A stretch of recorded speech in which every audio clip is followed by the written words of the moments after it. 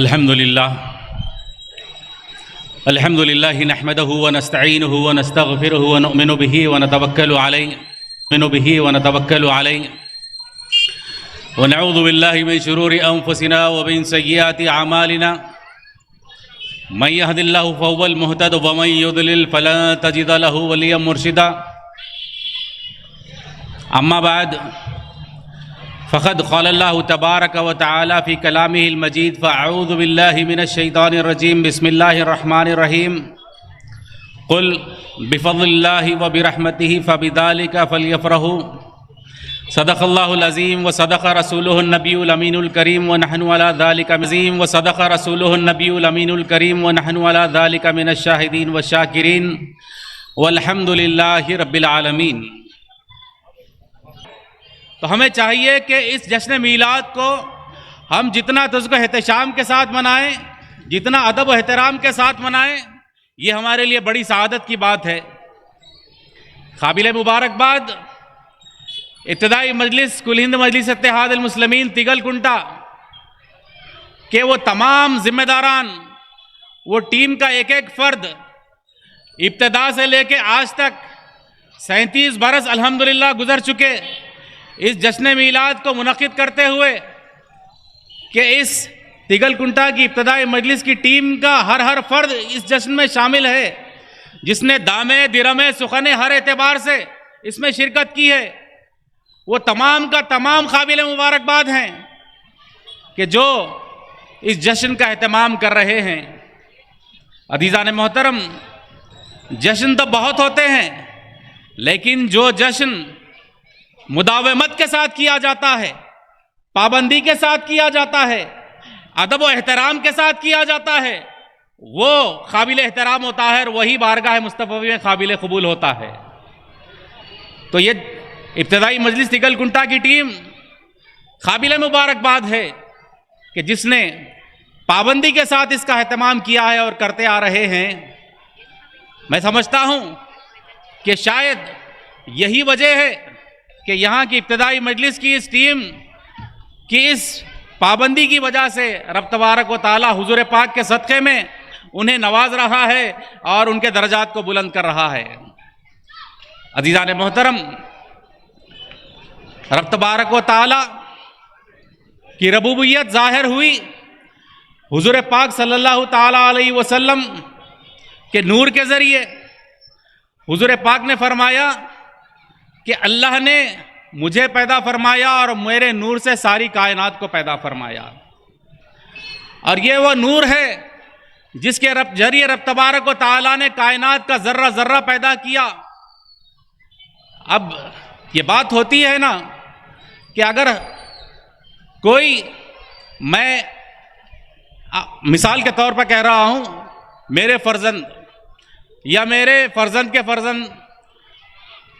کی مبارکباد اگر کوئی مجھے دیتا ہے تو مجھے خوشی ہوتی ہے۔ ہم تو انسان ہیں، بشری تقاضے ہیں ہمارے اندر، وہ تو رب کائنات ہے، وہ رب کائنات جس نے اپنے حبیب کو پیدا کیا اور ان کے نور سے ساری کائنات کو پیدا کیا، تو جب اس نور والے آقا کا ذکر ہم کر رہے ہیں تو رب تبارک و تعالیٰ کو یہ ادا کتنی پسند آئے گی، رب تبارک و تعالیٰ اسے کتنا پسند کرتا ہوگا کہ دیکھو فلاں فلاں بندے میرے حبیب کا ذکر کر رہے ہیں، فلاں فلاں جگہ پر میرے حبیب کا ذکر ہو رہا ہے۔ تو یہ ذکر کی محفل، یہ ذکر کا اجلاس، یہ جلسہ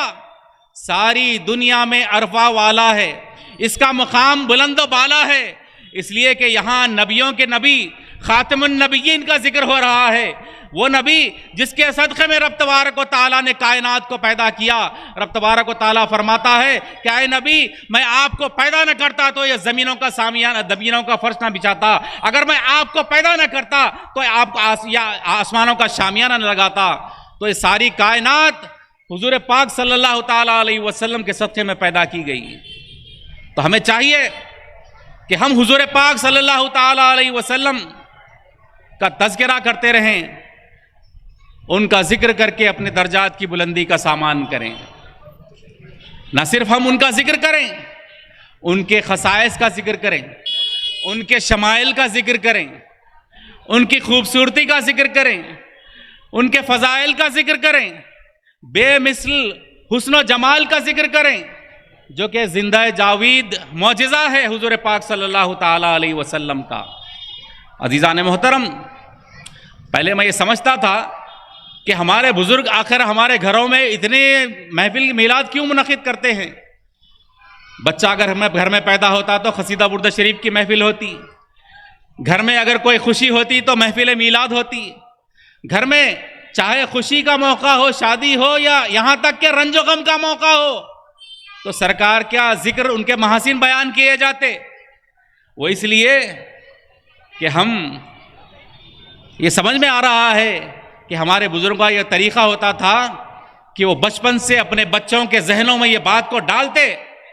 کہ حضور پاک صلی اللہ تعالیٰ علیہ وسلم کا رخ زیبا اتنا خوبصورت تھا،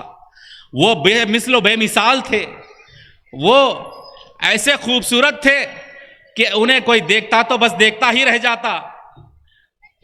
بچپن سے لے کے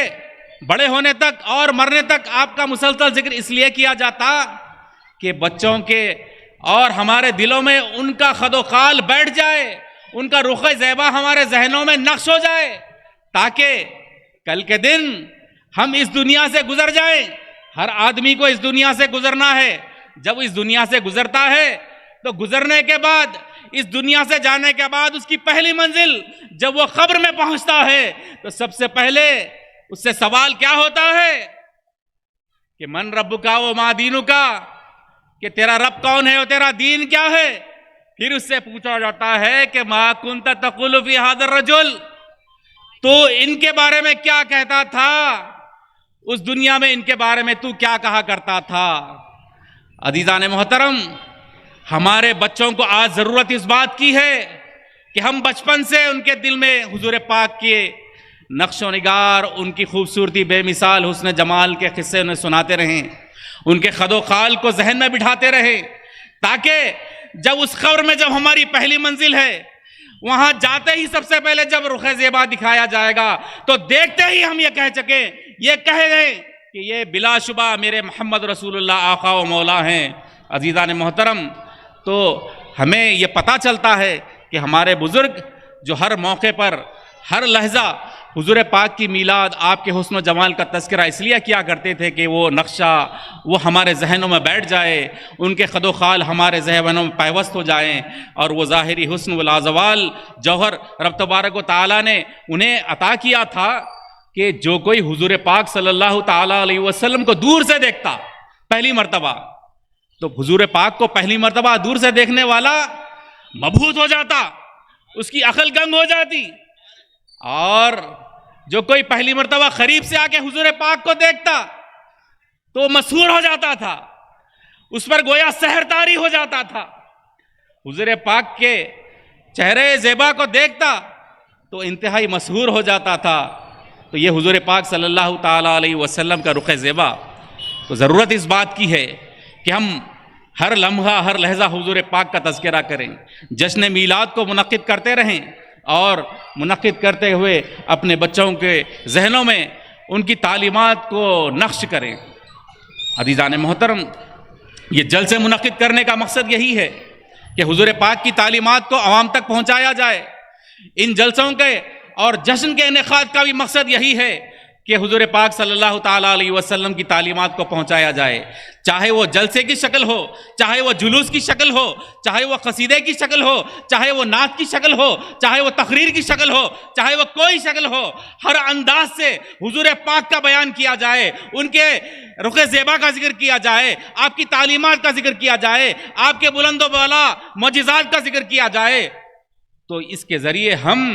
اپنی بلندی کا سامان کریں گے، اور اپنے بچوں کو دلوں میں ان کی محبت کو ہم بٹھائیں گے، تو تبھی ہماری زندگی کامیاب و کامران ہوگی۔ عزیزان محترم، حضور پاک کے رخ زیبا کی بات ہو رہی تھی، تو ایک مرتبہ صحابہ کے درمیان میں حضور پاک تشریف فرماتے ہیں، تو حضرت جابر عرض کرتے ہیں کہ میں بیٹھا ہوا تھا، یہ دیکھ رہا تھا کہ آسمان پر 14ویں کا چاند ہے، آسمان دنیا پر اس وقت 14ویں کا چاند تھا، جو بالکل قریب ہوتا ہے 14ویں کا چاند اور بہت خوبصورت نظر آتا ہے. تو حضرت جابر عرض کرتے ہیں کہ میں حضور پاک کی خدمت میں بیٹھا ہوا تھا اور حضور پاک کو دیکھ رہا تھا اور چاند کو دیکھ رہا تھا. بار بار دیکھتے دیکھتے مجھے یہ خیال آیا کہ یہ 14ویں کا چاند جو مہتاب ہے وہ اتنا خوبصورت نہیں ہے جتنے میرے حضور پاک ہیں جو سرخ دھاری والے، لال دھاری والے جو کملی پہنے ہوئے سرکار میرے بیٹھے ہوئے تھے، یہ اس چاند سے کہیں زیادہ خوبصورت ہیں. تو عزیزان محترم، حضرت برا فرماتے ہیں کہ میں نے سرخ کملی والے چہرے سے زیادہ خوبصورت کسی کو نہیں دیکھا. وہ صحابہ کرام حضور پاک صلی اللہ تعالی علیہ وسلم کے محاسن اور کمالات بیان کرتے رہتے. حضور پاک صلی اللہ تعالی علیہ وسلم کا دربار ہے، مسجد نبوی ہے، اور حضرت حسان بن ثابت شاعر دربار رسالت سرکار کی بارگاہ میں عرض کرتے ہیں کہ وَأَحْسَنَ مِنْكَ لَمْ تَرَ قَطُّ عَيْنِي. آج لوگ کہتے ہیں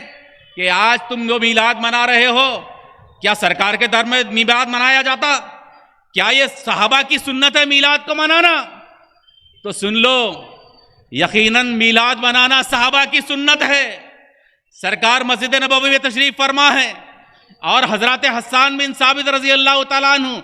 آپ کے سامنے موجود ہیں. حضرت حسان کے لیے وہ ممبر سجایا جاتا ہے اور مسجد نبوی کا ممبر انہیں دیا جاتا ہے اور سرکار خود سامنے بیٹھے ہیں. حضرت حسان کو کہتے ہیں پڑھو. جب حضرت حسان پڑھتے ہیں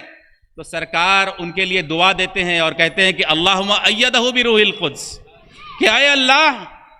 تو ان کی روح قدس کے ذریعے نے جبرائیل امین کے ذریعے مدد فرما. تو نعت پڑھنے کے لیے، پڑھنے والے کے لیے، حضور کا ذکر کرنے والے کے لیے، ان کے محاسن و کمالات بیان کرنے والے کے لیے رب تبارک و تعالی جبریل کے ذریعے مدد کرتا ہے. جو جس جشن کو منعقد کرتا ہے اسے بھی رب تبارک و تعالی فرشتوں کے ذریعے مدد دلاتا ہے. عزیزان محترم، تو دربار رسالت ہے، سرکار موجود ہیں. تو لوگ آج کے یہ کہتے ہیں، ان کی بد زبانیں یہ کہتی ہیں کہ کیا سرکار کے دور میں علم میلاد منایا جاتا؟ تو یہ سرکار کا دور ہی تھا. خود سرکار بنفس نفیس مسجد نبوی میں تشریف فرما تھے اور حضرت حسان عرض کر رہے ہیں وَأَحْسَنَ مِنْكَ لَمْ تَرَ قَطُّ عَيْنِي، میری آنکھوں نے آپ جیسا دیکھا ہی نہیں ہے.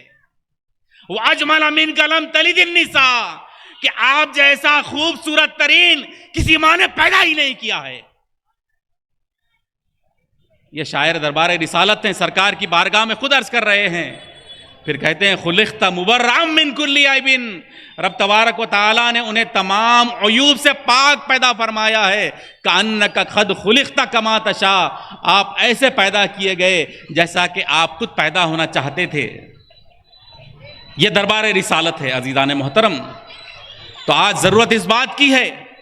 کہ ہم اس طرح کے محافل منعقد کریں،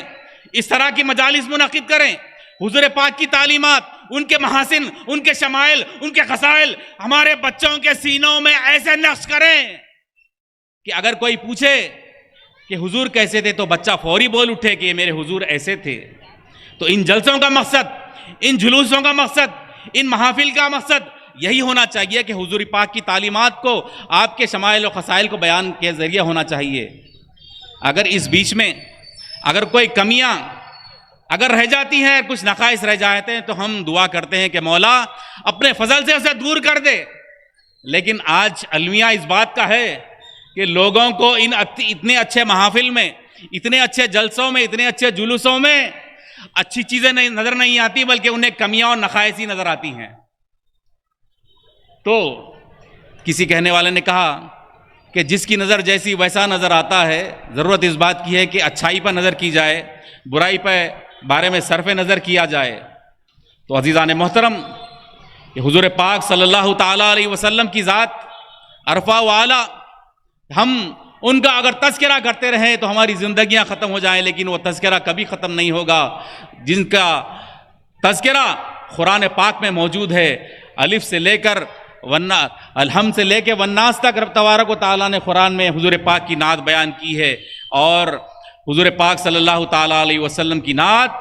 اس وقت تک بیان ہوتے رہے گی جب تک کہ سور نہ پھونکا جائے گا. تو ضرورت اس بات کی ہے کہ اس طرح کی محافل ہم منعقد کرتے رہیں اور اس محافل کے ذریعے ہم اپنی زندگیوں میں بھی درجات کی بلندی کا بھی انتظام کریں اور لوگوں تک آپ کی تعلیمات کو پہنچانے کا انتظام کریں۔ بس ان چند گزارشات کے ساتھ میں اپنی بات کو ختم کرتے ہوئے اپنی جگہ لیتا ہوں۔ السلام علیکم ورحمۃ اللہ وبرکاتہ۔